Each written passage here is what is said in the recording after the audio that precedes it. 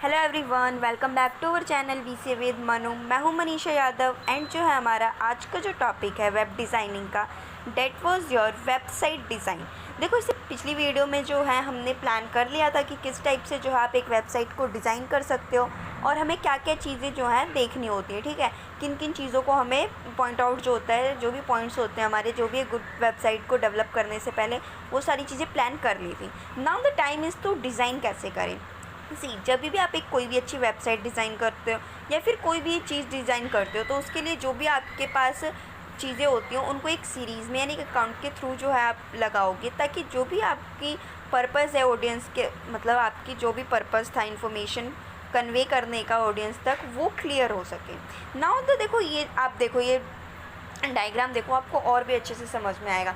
Now तो यहाँ पे जो है मेरा डिज़ाइनिंग का प्रोसेस चल रहा है। फर्स्ट ऑफ ऑल आपका पर्पस स्टेटमेंट आएगा, देन द ऑडियंस की क्या इन्फॉर्मेशन, देन फिर आपका domain information, web page link, web specification and objective of statements.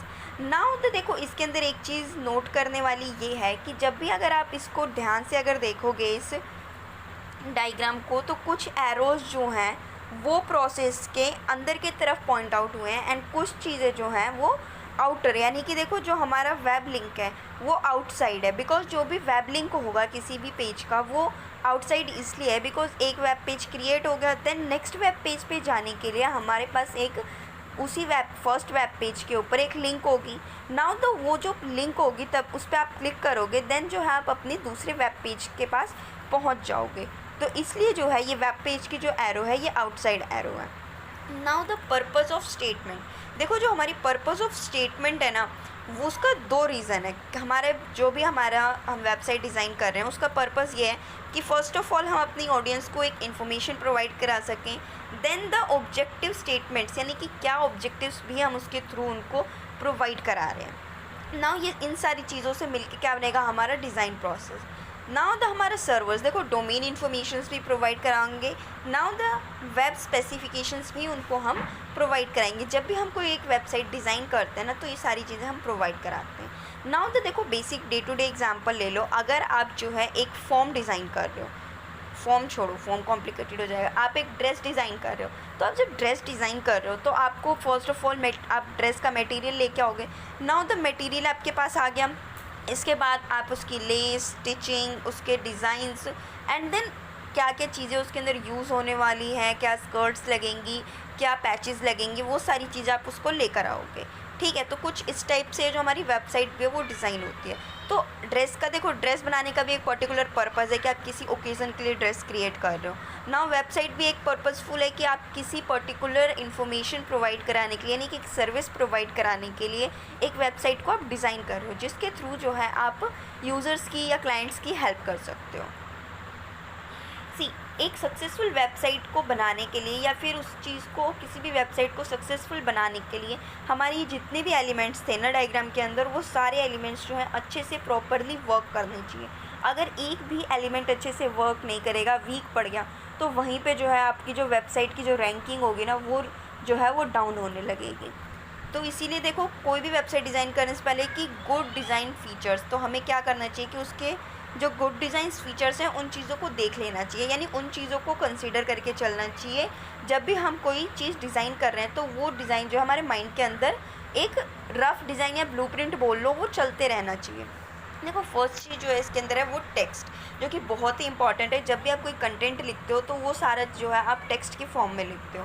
तो जो आपका टेक्स्ट होगा ना, देखो वो ना तो ज़्यादा बड़ा होना चाहिए और ना ही इतना छोटा होना चाहिए कि बंदे को समझ ही नहीं आए कि आपने क्या इन्फॉर्मेशन प्रोवाइड कराई है। तो आधा अधूरा नहीं होना चाहिए, जस्ट इतना होना चाहिए कि यूज़र जो है वो क्लियर हो सके। Now the hierarchy of the information is perfectly clear. Then जो है जो भी आप हायरार्की देते हो, यानी कि अगर आप जो है वेब पेजेस दे रहे हो या फिर टेक्स्ट दे रहे हो, तो कुछ टेक्स्ट क्या करते हैं ना लोग, क्या ऐसे बस कॉलम्स के फॉर्म में देने लग जाते हैं। कुछ क्या करते हैं कि एक पर्टिकुलर यहाँ पे एक टॉपिक दे दिया, देन इसके बाद जो है फिर सब टॉपिक्स दे रहे हैं, देन इसके बाद इसके भी पॉइंट्स वो बता रहे हैं। तो ये जो हायरार्की है ना हमारी, ये यूज़र को क्लियर होनी चाहिए। जब भी आप कोई डिज़ाइन करो ना वेबसाइट, तो ये सारी चीज़ें क्लियर आउट होनी चाहिए। Now use black text on plain देखो, जब भी आप जो है टेक्स्ट ब्लैक अगर टेक्स्ट का यूज़ कर रहे हो तो जो आपका बैकग्राउंड होगा वो जितना हो सके लाइट कलर या फिर प्लेन लेके चलना, ताकि चीज़ जो हमारा टेक्स्ट हो वो थोड़ा सा हाईलाइटेड फॉर्म में हो।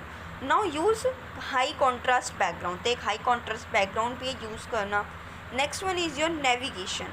Navigation is stands for the मार्गदर्शन, यानी कि डायरेक्शंस जो आपको बताएगा।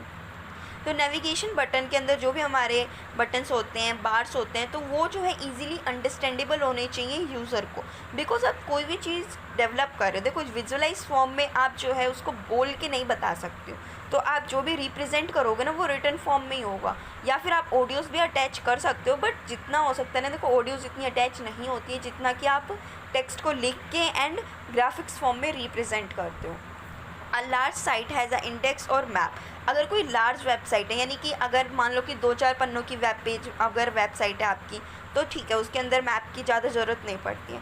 अगर एक बहुत बड़ी वेबसाइट क्रिएट कर रखी है आपने, लाइक किसी यूनिवर्सिटी की वेबसाइट है, तो उसके लिए आपको इंडेक्स एंड जो है आपका साइट मैप होना चाहिए, बिकॉज एक यूनिवर्सिटी की वेबसाइट में नंबर ऑफ़ थिंग्स होती हैं, जो कि वहाँ पे यूज़र देखो बहुत टाइप्स के आते हैं, कुछ यूजर्स टीचर्स भी हैं, कुछ सिक्योरिटी भी है, एंड कुछ स्टूडेंट्स हैं जो कि उस चीज़ को यूज़ कर रहे हैं, देन वहाँ तक जो है वो जा रहे हैं इन्फॉर्मेशन कलेक्ट करने के लिए, तो उसका proper indexing and site map clear होना चाहिए।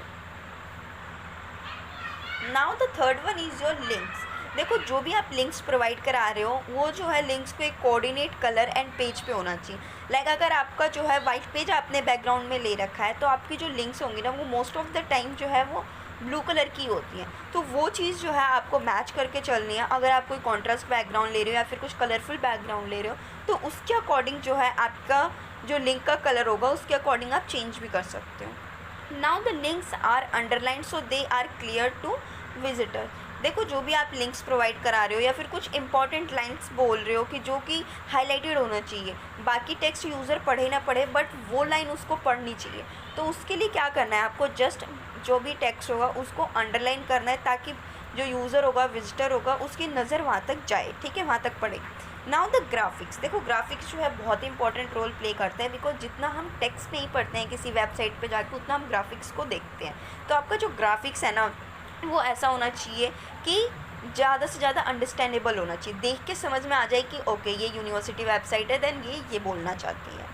Now the every graphics has an alt label. देखो ऑल्ट लेबल होना चाहिए ताकि आप उसको बाद में ऑल्टर भी कर सको ग्राफिक्स को। Every graphic link has a matching text links. देखो जो भी आप ग्राफिक्स दे रहे हो, यानी कि जो भी आप इमेजेस अटैच कर रहे हो उसके साथ, अपने टेक्स्ट के साथ, तो वो जो है ना मैच करने चाहिए आपके टेक्स्ट के साथ। ये नहीं कि आप एक मान लो कि आपकी जो है एक एजुकेशनल वेबसाइट है 10th-12th की, उसके अंदर जो है आप टॉपिक्स अपलोड कर रहे हो एंड जो आप ग्राफिक्स डाल रहे हो वो 11th-12th का डाल रहे हो, तो इससे जो है ना वो मिसमैच होता है, तो यूज़र को क्लियर नहीं हो पाता कि वो आपने टेक्स्ट अच्छा डाला है या फिर ग्राफिक्स अच्छे डाले, तो वो क्या चीज़ देखे और क्या पढ़े। तो इसलिए जो भी आप ग्राफिक्स डालो या फिर ग्राफिक्स क्रिएट करो, तो वो जो है आपके टेक्स्ट से रिलेटेबल होना चाहिए। Okay, now the graphics and background use colour safe. जो भी आप बैकग्राउंड कलर्स यूज़ करो ब्राउज़र्स की, वो सेफ़ होनी चाहिए, ये नहीं कि बाद में जो है वो पीछे स्क्रीन जो है वो ब्लिंक कर रही है।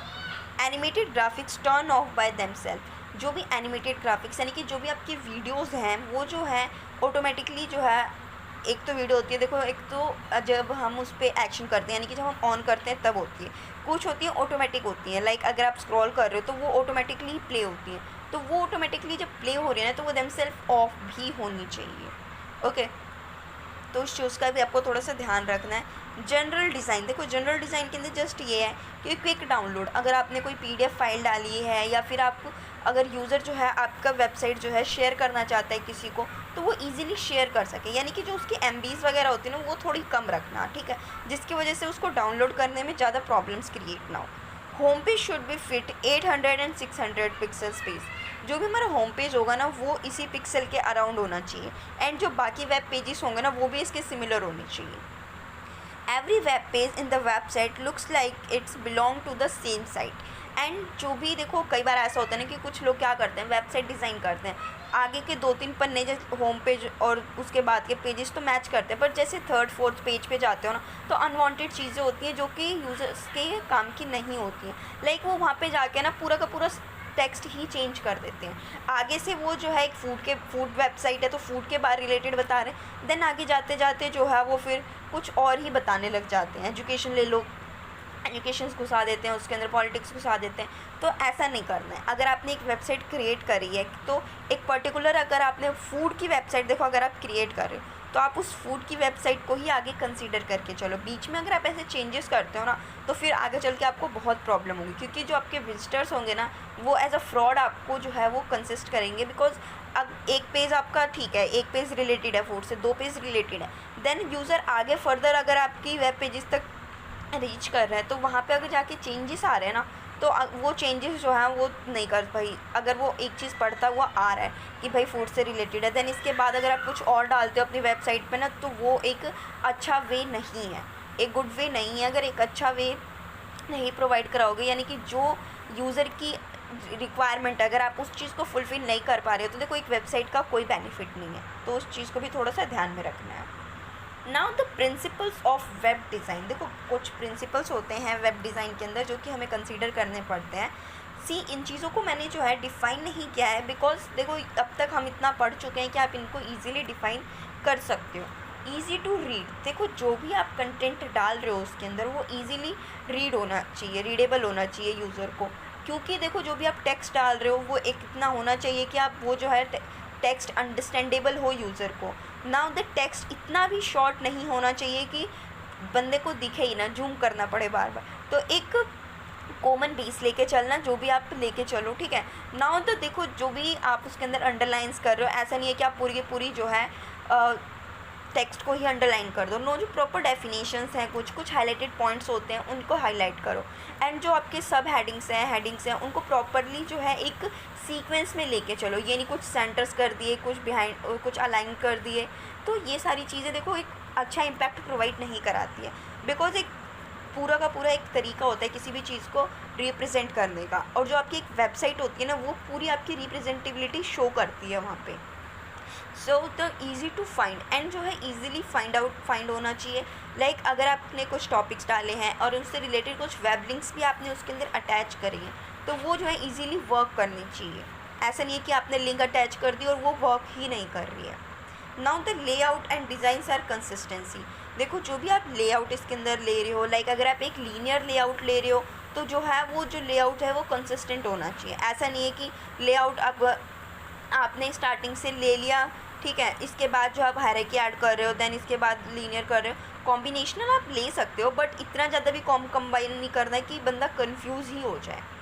नाउ द क्विक डाउनलोड्स, पहले भी मैंने बताया था ये बहुत इंपॉर्टेंट है। बिकॉज कई बार ऐसा होता है कि कुछ इंपॉर्टेंट चीज़ें अगर आपने देखी होंगी वेबसाइट्स पे होती हैं तो हम फटाफट क्या करते हैं उसको डाउनलोड करके सेव कर लेते हैं।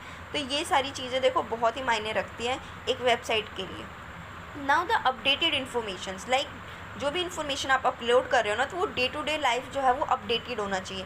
ऐसा नहीं है कि आपने एक चीज़ आपने अपलोड कर दी है देन उसके बाद जो है आप उसको रिफ़्रेश ही नहीं कर रहे हो। बिकॉज आज के टाइम पे देखो बहुत ज़्यादा टेक्निकल हो गया है, यानी कि विजुअलाइज हो गया है, ऑनलाइन मोड में हो गया है, तो चीज़ें जो है अपडेट होते रहनी चाहिए। बिकॉज अगर आपकी वेबसाइट जो है वही पुरानी चीज़ें शो करेगी तो वहाँ विजिटर्स नहीं आएंगे और एक अच्छा वे नहीं है वेबसाइट को डिज़ाइन करना। इसीलिए डे टू डे लाइफ जो है उसको अपडेट करते रहो, day to day time features add करते रहो, जिसकी वजह से जो है जो यूज़र्स हैं वो अट्रैक्ट हो ताकि आपकी वेबसाइट की तरफ, ताकि आपकी रीच इंक्रीज़ हो। I hope you like this video. अगर इस वीडियो से रिलेटेड आपको कोई भी डाउट हो तो आप मुझे कमेंट बॉक्स में कमेंट करके बता सकते हैं। And thank you for watching this video.